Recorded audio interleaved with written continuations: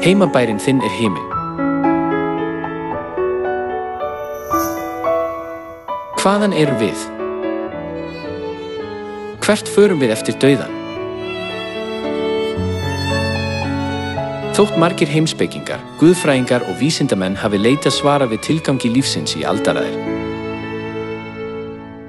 gátu þeir ekki einu sinni sett fram kenningu án þess að stangast á við sjálfa sig. Án þess að vita tilgang lífsins reikar fólk, bundið störfum sínum og mætir dauðanum.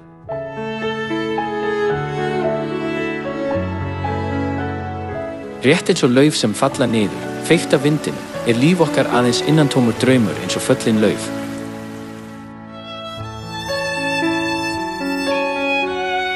Hins vegar eitthvað mikilvægt falið í lífi okkar. Biblían kennir að dauðinn þýði að snúa aftur til himna. Að snúa aftur þýðir að fara aftur þangað sem þú komst frá.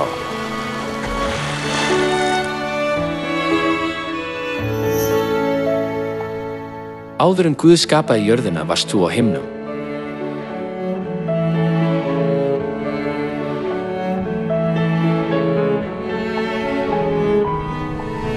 Hvar varstu, Job, þegar ég skapaði jörðina?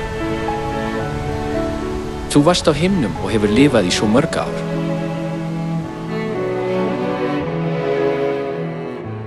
Guð kenndi Job að áður en hann fæddist á jörð hefði hann verið á himnum.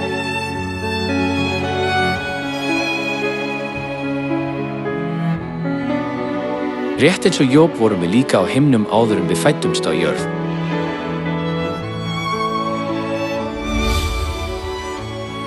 Meðan við erum á jörð líka með okkar tjald, þar sem sálin dvelur stund.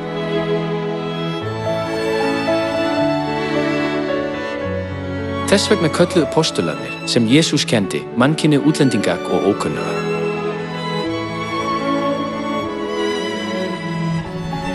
Þau vissu að heimaland okkar himinn.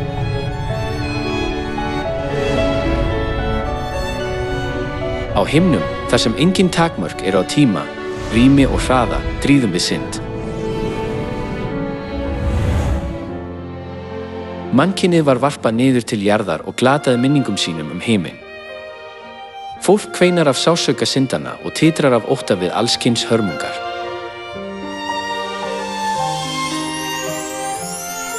Saknar þú ekki fallega og dýrlega heimilisins okkar?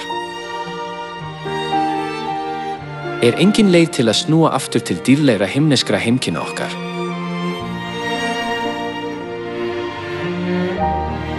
Aðeins þegar við finnum svarið, getum við farið aftur.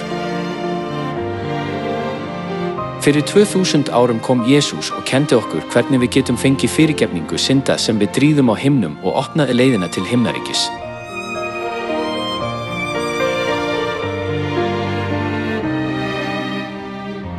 Á þessum tíma endurreistu andinn og brúðurinn hina týndu páska og leiða okkur til eilífs heimilis okkar, himna.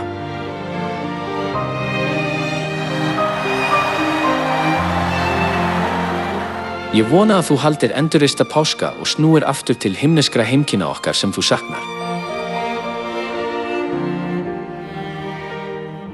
Við bjóðum þér til eilífs heimilis okkar, himna.